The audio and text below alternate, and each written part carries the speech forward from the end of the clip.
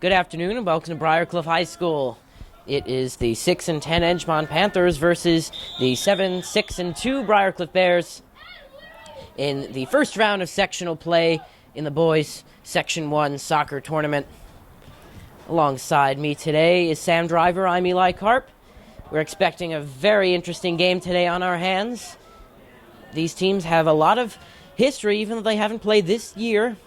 They have played in the past 2 out of the 3 past years in sectionals. And it's going to be an interesting one again today. Both teams, even though the records are a little bit different, have been riding hot streaks into the playoffs. The Bears are 3-0-1 in their last 4. They played a pretty solid, clean game against Pleasantville on Monday night at Pace.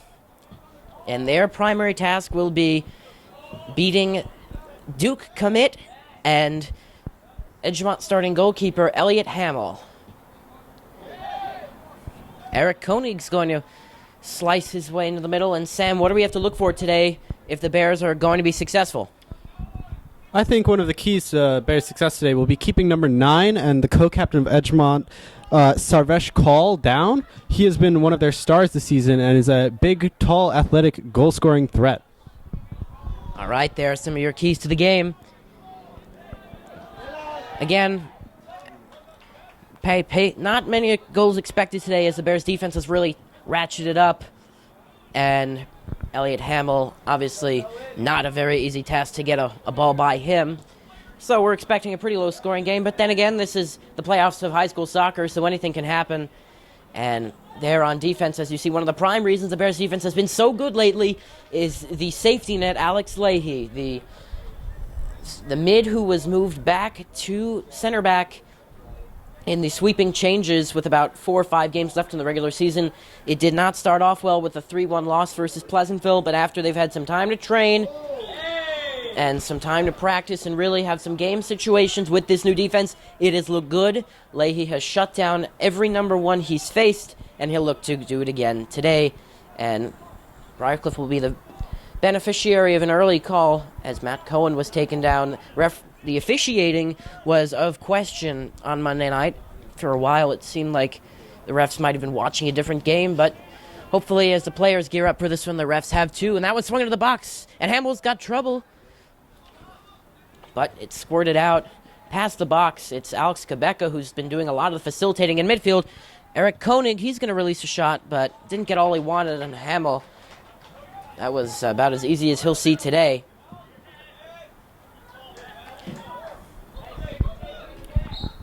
It's important that the Bears are starting their pressure early on the goalkeeper, though. Since he is so talented and has been shut down for so long, the more shots on goal they take, the better the chances are for them to get one past him. As I've said before, and as all the coaches have said, you can't score if you don't shoot. And again, the analogy holds true, especially today when they're playing the best goalkeeper probably in the section. So they're going to need to do everything they can and throw the kitchen sink on offense at this Edgemont team. That pass won't get it done. It's just a lazy pass into the middle. John Gross is in the starting lineup today. That is a change. He has not started this, or at least for a while before he got sick at the beginning of the season. He got some action versus Pleasantville, as well as versus Mayapack. But this is probably the most extended action he's seen so far. So the back line will consist of Bassard Haxia, Jack Deneen, Alex Leahy, and John Gross in the middle, Colby Cho, and Eric Koenig, Dan Anton. And up top, Omar Saleh and Matt Cohen. As usual, Jonah Kamen will probably come in for Cohen during the course of the game. Can the Bears switch the field? Eric Koenig was looking for a streaking Anton, but he was just too far, and he's bodied out of bounds. Unnecessary push coming from David Garvelink, as that ball was just sailing out of bounds, but decided that he needed the extra shove. Anton did, and so now the Bears will be set up with a pretty opportune kick that'll be swung in similar to a corner situation. It will be Colby Cho servicing in as he does. 5 minutes in. Can the Bears strike early? Hamill had trouble and he had to dive out on it. So Hamill has made the saves he's need, but it hasn't been the prettiest. So Alex Quebeca looks to settle it down. A little bit of hand fighting. And he is the guilty party. Some of the fouls we've seen early from Edgemont can be typical of their play. They seem to be a very emotional team and ride the highs and the lows very, very fully. So it'll be important to see whether they can keep their composure this game. It is. That is what our scouting report has. Although the goalkeeper is probably the best in the section, the defense isn't necessarily the most skilled. They got some tall, big bodies back there who can run, but they're not necessarily the most skilled. And a little bit of breakdown on D for the Bears. Alex Leahy and Jack Deneen had a little bit of trouble communicating, and that's going to go for an Edgemont corner. Edgemont has known to be emotional, as Sam just mentioned. They will trash talk and complain to the refs. Something to keep in mind. Bears also will be looking to keep their composure as they had to when the calls weren't going their way for a course of Monday night. That one headed away well by Bassard Haxia. It'll be interesting to see whether the Bears goalie, Harrison Singer, can keep up with the other goalie who is more well-known in the section. He's played well as of late, but it'll be interesting to see if he can rise to the occasion. It'll also be interesting to see Alex Leahy's done a lot of work working on the star forward of the other team, John Kirakides, notably on Monday night, who had absolutely nothing doing. So I don't know if Alex is going to have to be man-marking anyone today, or if he's just going to be sitting back with the line. But that'll be an interesting change for him if he has to do that. See how he adjusts to it. That'll be key. What will also be key is, again, Harrison Singer. As well, he and the Bears D have been working in concert very well. They have not conceded one goal in October. So they're pitching a shutout for the month of October so far. They'll look to continue that. And it's in the Edgemont box. The Bears are pressing early. We've seen a lot of good work on the wings from the Bears so far. Edgemont haven't been able to make those sweeping crossing runs yet. So it'll be important for them to start working on their width as the game goes on. That one into the box. It's up high and way over the net. John Gross will be taking throw-ins on his side, and if they need any special situation, he'll be the man. He's got tree trunks for legs, and he's their throw-in specialist. He can hurl it pretty darn far. For the Bears, the offense will look to go through Matt Cohen and Omar Saleh. Up top, along with Eric Koenig, he'll be facilitating. Quebeca, of course, will be in there. Matt Cohen still leads the Bears in goals with 4. This team is not very high scoring. They're just a very pesky opponent. And Alex Leahy leads the team in assists with 6. Although the chances that we see him all the way up top today should be minimal unless things really get out of hand. And there you can see more of that tall, athletic defense, but not very skilled, or the touch isn't their calling card. It's also important to note that the Briarcliff varsity team has called up 3 players from the JV team, and while I don't expect to see them today, adding depth to a roster is never a bad thing. We expect that we will see some Sean Mooney today if needed, along with Jonah Kamen, who looks like he's almost getting ready to start coming in. As can Omar Saleh make himself a little room? He can, but he also created a lot of room on that shot, as it was about 8 miles away from the right side of the net. And now it is Cohen coming out in favor of Kamen. Alex Leahy chatting with Coach Brandon Beck. Coach Brandon Beck reached his 100-win milestone in the 2-0 win over Blindbrook last week. And he now has 101 with the Bears win over Mayapack. They would love to make it 102 today, as it's do or die in the playoffs, win or go home. Alex Leahy trying to locate the ball. He's having a little trouble, and he's able to poke it out. He was working on Abdul Wajid, giving him fits, locating the ball. He looks a little shakier in the opening. We've seen Bassard Hajia so far roaming up towards Justin Shifta, number 5 on Edgemont, their co-captain, as he has also been making forward runs despite the fact he's a defender. Bassard is one of the few players on Briarcliff who can match his height. It'll be interesting to see how Alex Leahy adjusts. Again, we mentioned he might not be man marking today. We'll monitor as it goes throughout. As Jonah Kamen was taken down, and Wajid will be called for the push. But he just got into the game so quickly with defending Kirikides early and often and being so effective in shutting him down that, there was no time to think about anything. But this is a playoff game, nerves are clearly in play. They always will be. There's no way to eliminate them. You can just feel the tension. And, it's one of those colder, slightly blustery day. And there you can see a little trouble as John Gross has to help him out. So it'll be an all-hands-on-deck effort. They need to play a strong defensive game and a crisp offensive one as well in the midfield. Always vital to win. Can Jonah Kamen track it down? No. So far, the officials have been taking no nonsense on the pushing and the physicality. I suspect as the game goes on, they'll start getting a little more lax. It is a sectional playoff game. You want to let them play. But if things getting out of hand are never on the agenda.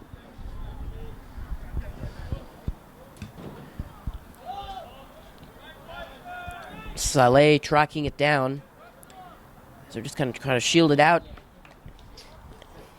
And Mark Perlman will do so successfully. The junior midfielder.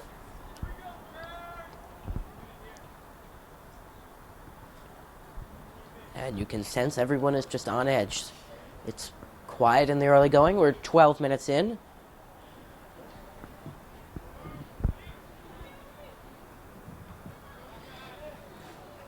And if you want to go by experts or pundits, if you might, the Section 1 Low HUD boys soccer blogger has predicted an Edgemont upset today. So if you like to go by those predictions, please yourself. But the Bears, the higher seed, will look to make sure that doesn't happen today. We've seen a lot of gridlock in the center of the field as both teams have been moving their defenses up quite liberally and have been playing a lot in the middle of the field physically and having the ball go back and forth between the 40 and the 40 if you can see the lines on the floor. You can see so far Edgemont's had the slightly better of the chances.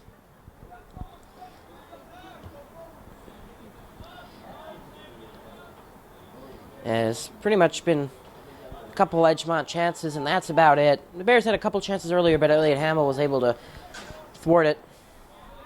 And it's a little bit uncrisp in the middle.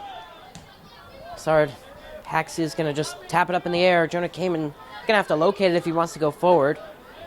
Quebec's got speed and he's got footwork, but he's also got a 1-on-2, although Stefano Rosenthal was not able to keep it in.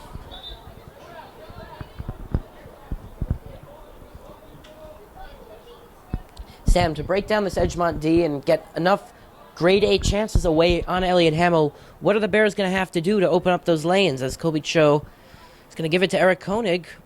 He's towards the touchline, and he'll get a corner. I think it's going to be important for them to abuse the center defenders who, while they are fast, as you mentioned a couple times, they can be beaten easily with a little bit of skill. So if they can send it through the center and into the net. Well, that one sent to the middle. A high punch coming from Hamill. Quebec is going to just try one. Saleh on goal, and it's just wide. They thought he was offside originally as Quebec had settled it and then just gave it on what looked like originally a tee of a shot that deflected right to Saleh, and that might be one of the Bears' best chances of the game. I don't think Omar thought he had the time that he did. It was a very, very impressive turn from him in the box, though. A quick trap into a quick turn into a quick shot. That's what they're going to need to do. That one just skittered just wide to the right. or Hamill's left, our right. And now the Bears are trying to move their way in. Eric Koenig will draw another corner. Good work done by the Bears. And as we saw, there is lots of positive energy on the sideline, as we saw on Monday night, where constantly the bench was up with positive, standing up, cheering on. Just it's a family vibe that's going on right now, and that's what they're going to need if they're going to make a deep run. This is game one of hopefully many, if you are a Bear fan.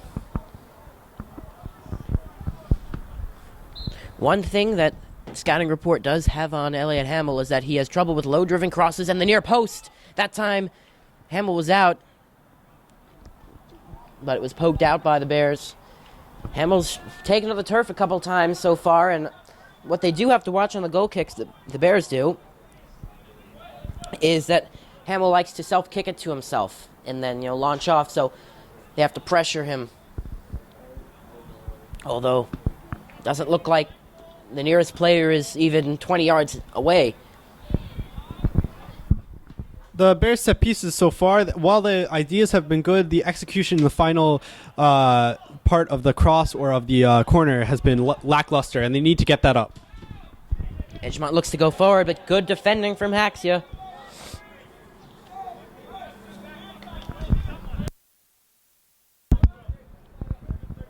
Under 24 minutes left in the first half.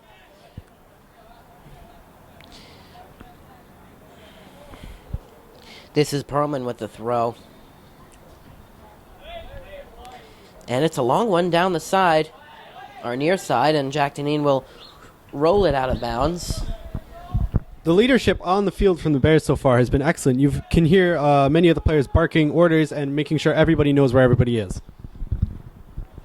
It's a long throw into the box again. There are a myriad of players. Singer is out to get it, and he will corral it.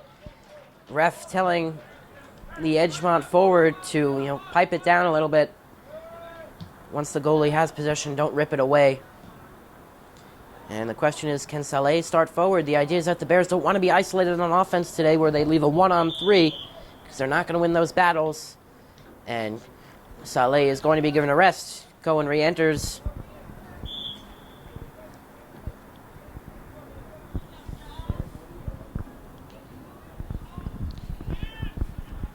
Cohen putting the pressure on in the box. He's got a little bit of an edge. It's before it was muscled out. Anton from long range. It took a deflection. And Hamill is out to dive on it. No problem for him. We could see in these last couple runs of play that the counterattacking from Edgemont has generally been faster. If the Bears want to beat them in the final third, I think they're going to have to move their defense up and their midfielders up at a more rapid rate. Well, what Coach Paul Bornero mentioned about the Pleasantville game on Monday was that the pace of play was just so fast. It was probably the best he's seen all season. Even though there were no goals scored, it was the best movement of the game. And right now, it's not quite where it was on Monday. It's a little slower. It's a little sloppier from both teams. Obviously, playing under the lights on Monday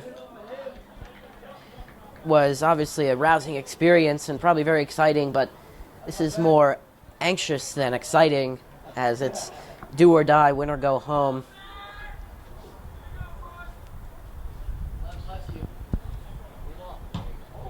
Strong play coming from Bassard. And a lackluster attempt from the parent to corral it.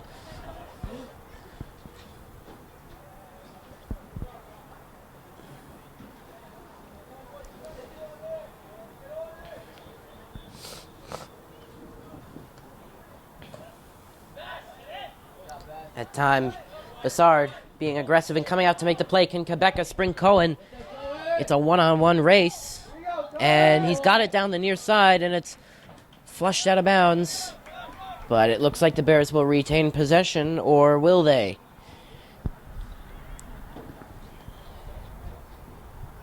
Does not look like it. I think it's good for the Bears that it's not too hot today. It'll allow them to play more physical and a faster-paced game without getting tired out too quickly. Yes, usually I start on the intro by giving a weather report for today. And, Sam, you're right. It is cloudy. The leaves have changed. And it is a little blustery today, a little cooler. And playing on the turf might be a little bit of a change for Edgemont. Their home field is grass, and it's pretty bumpy. Honestly, it's atrocious. So this surface may be a little bit of a change of pace for them, as the pace field was for the Bears, being a little more AstroTurf than this artificial grass, which is a little slower than the AstroTurf. Looks like one of the Lee brothers is warming up, as Saleh is going to give Dan Anton a rest. It's good that they're rotating their forward players and their midfielders early, so that no matter what point of the game you're at, you're not going to have someone sluggishly running after a ball. You're going to have someone who's been rested and who's able to go after it at full pace. Rosenthal actually megged Quebeca for a second. It didn't amount to anything, but more sloppy midfield players. Omar will take a dive. Colby Cho seeing some of his first action, as Alex Leahy's vocally directing traffic. Deneen play to defeat one, but not more than that. But now the Bears have it. We saw some quick passing in the midfield from them last time. Can they do it again? That's how they generated some chances, although they weren't able to convert. Support D turns into a little bit of a chance for Edgemont. This is Ballas. Ballas is going to dish it off down to David Jung, who then to Darvish. Quebeca working on Darvish, trying to shield it out. It's not going to work.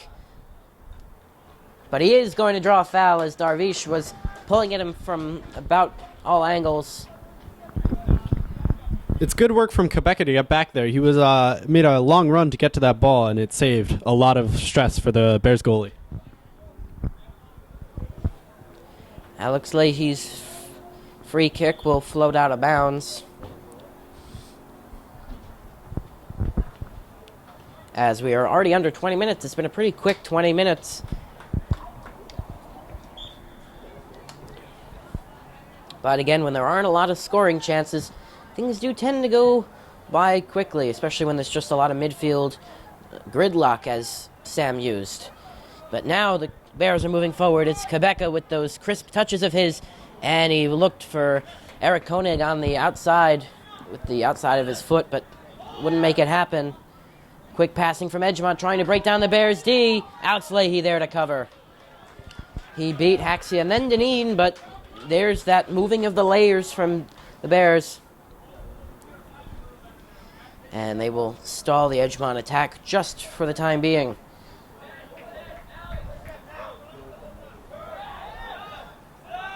A little bit of miscommunication. Quebeca jumped at it, and now they're just kind of knifing their way through the Bears' D. Ballas is going to put one in. At Cohen giving pressure. And he will get the call. Mark Perlman, the guilty party, 6-on-6. That's probably a matchup we've got to be watching for the next 57 minutes.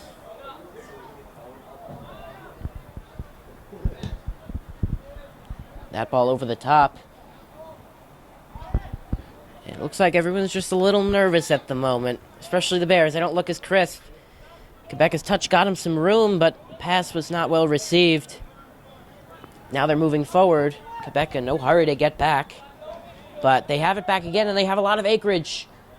Can Eric Koenig use it, although there's no run being made, but there is one. Matt Cohen, and then he was tossed down. Cohen again, and Cohen is still on the ground. Able to get up fine. Looked like he was just having a little bit of trouble with his shin guard. We saw in that run before that although there was a lot of acreage, there were no players there to help anybody out. The Bears were sitting about 7 players back, and I think they need to move a couple more of those up. Now this is a pretty darn good chance on a free kick. If it were the other side of the field towards us, this is on our the left side. If it were on the right side, this would be Dan Anton territory. But looks like it'll be either Kobe Cho or Eric Koenig.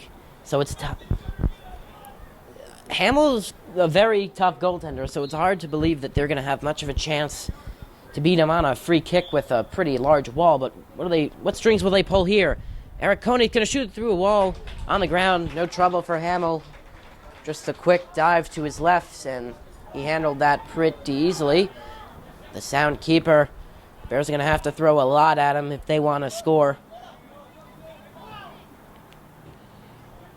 It's a lot of shin padding. It's not exactly a easy verb to describe what's going on right now, but it's not crisp. That's for sure.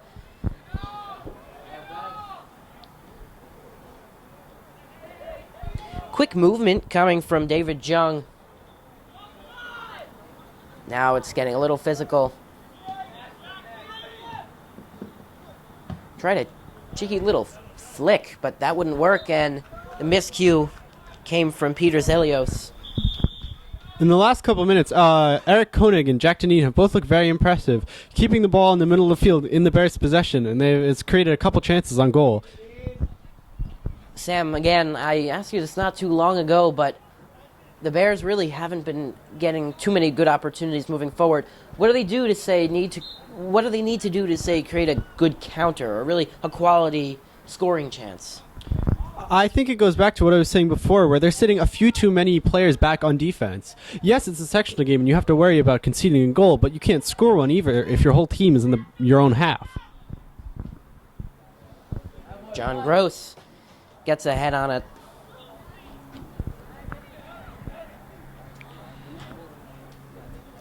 And on this Thursday afternoon, the crowd is better than usual, but not quite what it usually is for a sectional game. Typically, they're on Fridays at this time, but it seems that Section 1 elected for Thursday, and so the crowd isn't quite what it usually is. It's unfortunate for the home team. Usually the crowd is all hyped up and ready to go. This is the playoffs. Eric Koenig's having trouble settling it down, something you see from a cheater in speedball on that move. And too far for Saleh.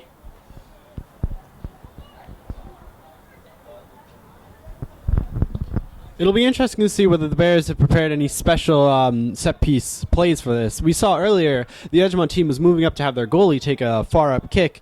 They didn't commit to it, but it's interesting to see if the Bears have anything to counter things like that. Well, they definitely like sending three people when it's on the opposite side of the field, as Sean Mooney has checked in. They like sending three people and then the disguise for Dan Anton to take it, and it has worked. It fooled the Hastings keeper. And it was a beautiful goal as that one was whipped in, but to no avail as Alex Leahy was there. Omar's got pressure on him. And it was a little bit unsound, but Bears are able to recover temporarily. And Koenig's got a step. The feed came from Dan Anton, who did a nice job to switch the field. But on the return, it looked like he mishit it. I think it's important to think about what the scouting report, because I know we have one here for Edgemont. It'll be important to see what Edgemont figured out about Briarcliff before the game started and what Briarcliff figured out about Edgemont to see what they can abuse on the field. Well, offensively, what the Bears need to do, they need to get the outside backs involved, so that would include maybe John Gross, although he'd be probably more apt to stay back. But Dan Anton definitely get involved. Bassard, he's had a few goals this season. He almost ended it on Monday night, and he's just got unlucky, and the bounce sailed over the bar.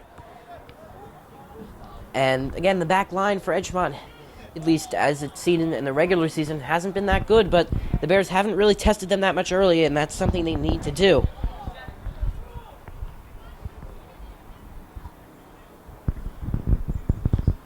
We approach 11 minutes to go in this first half. Pretty evenly played and scoreless.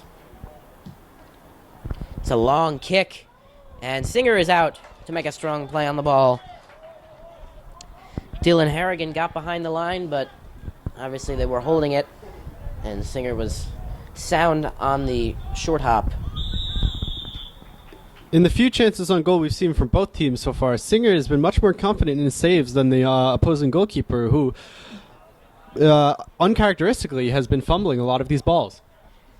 You know, it's sectionals, and I'm sure that Singer, reading everything about Elliot Hamill, best goalkeeper in the section, Duke University commit, that he's got to feel he's got a little bit of a chip on his shoulder, and maybe he wants to give Hamill a run for his money today. So, we'll see how that progresses. So far, Singer has not been called upon that much. But when he's been sharp. John Gross took a tumble. Leahy there to clean up.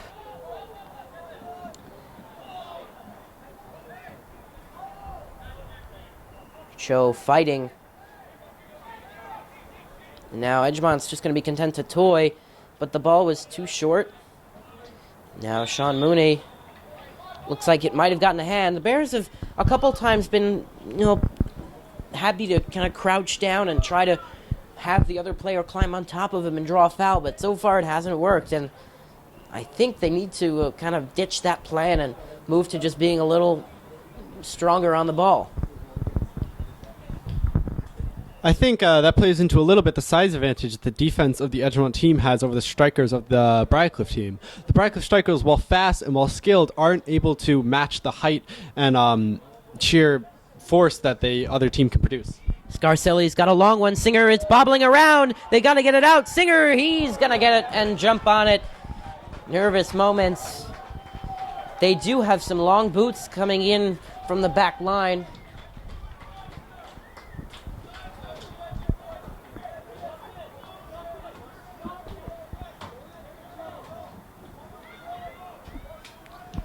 And we saw it before, and we just saw it again, that it's dangerous. Singer's got to be alert. The line has to be alert.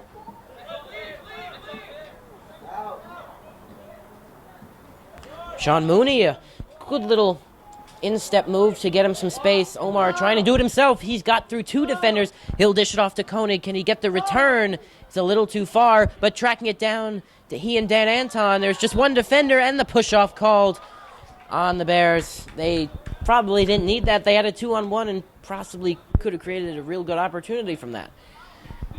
Well, the push was unnecessary. I'm not entirely sure about that call. It didn't look too bad. I don't think the player was too adjusted in terms of his positioning. I think they could have let that one play on.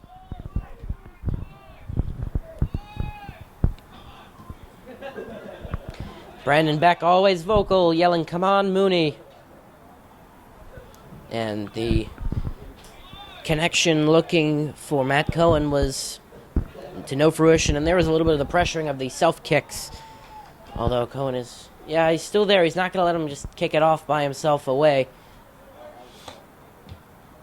And the Bears have been pretty good with their heads today, I'd say. They've been pretty strong with that. They haven't made too many miscues coming there. They just haven't been able to turn good defense into good offense. But can Eric Koenig, space is the key. They got to stretch this defensive line out wide, challenge the center backs and the outside backs, try to thread some through balls through. And Colby Cho has some room. He's going to wait, fake out a defender, put it in the middle, but couldn't get past the defender. It's still ricocheting, and it will go for a goal kick. We've got some special visitors over by the Bears bench. We've got the superintendent of schools, Dr. Cation, and the high school principal, Mrs. French, here. It's nice to see that the whole district is behind the team. Lots of athletic events going on today here at the high school, but obviously this is the biggest of them all today. Under 7 minutes. Mrs. French and Dr. Cation along with Coach Drosopoulos. And it looks like there is a little issue of personnel on the field, whether Quebeca had to come out for a play, or it looks like he just did not sub in the correct way. And Brandon Beck having words with the ref saying he was right there, was Quebeca, and they didn't let him enter. And obviously the ref's not going to like that, but you got to wonder. The Bears have had no trouble with that all this season as Haxie ran into Saleh. They look okay. Brandon Beck's been known to be fiery on the sideline, especially in a game of this magnitude.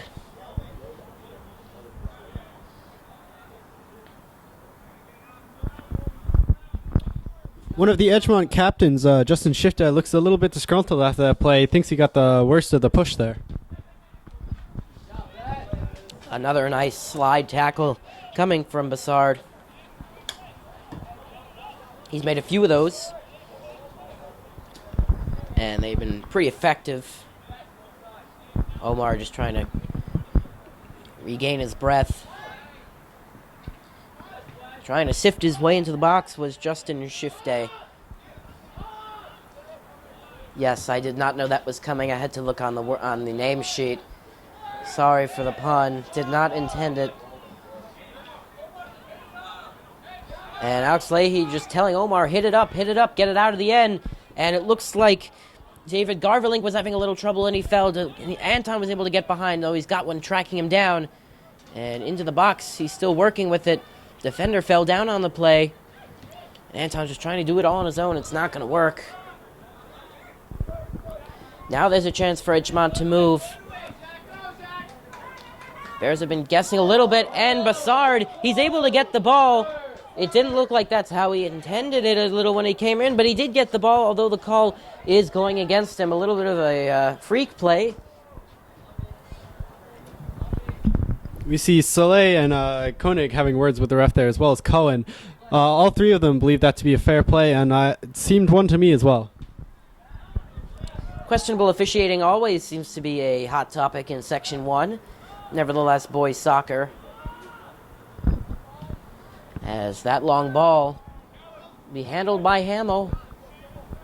Just haven't found the streaking guy just right. It's been off. Alex Leahy, the first man back. And he will turn the corner as he does so well.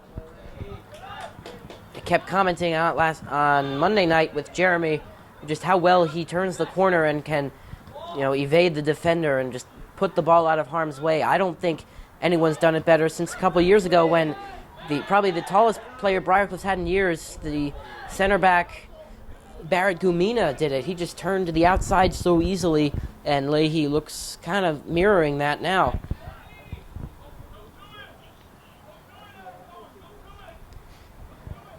The ball came for Cohen. It was a little too far, and Hamill always diving. I don't know if that's a little tactic he employs so that the players get out of the way or the refs are inclined to give him a call, but he likes to dive, and now down the near sideline it's Zach Stern who's going to put it in. The header, and then it evaded Sarvesh Kul.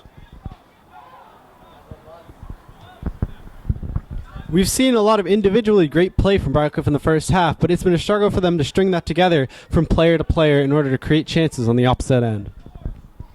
It looks like Bears aren't too happy with the way they're playing right now, and subs ready to check in. Quebeca and Kamen coming in for Cohen and Mooney.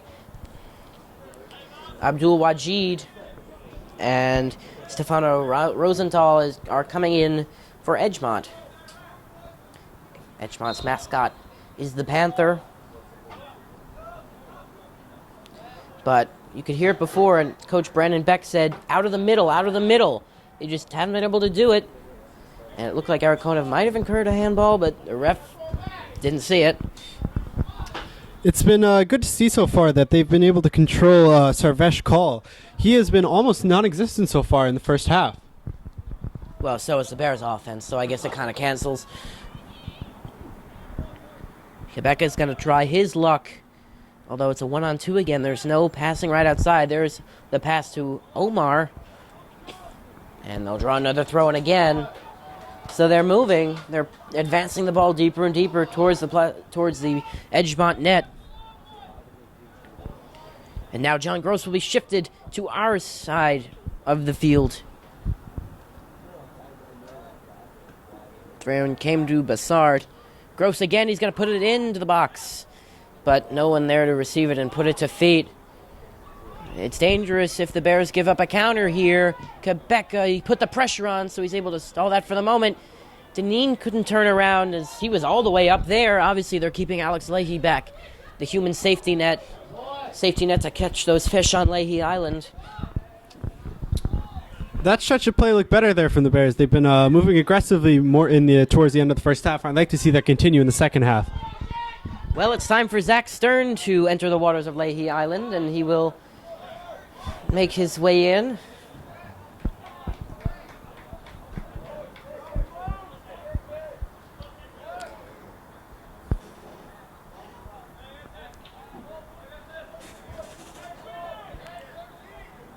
Under 2 minutes to go. Stoppage time up to ref discretion. They'll be checking their watches constantly. And hopefully this game can remain scoreless And if anyone were to score here, that'd give them huge momentum going into the second half. And on the edge of the box, what are they going to call?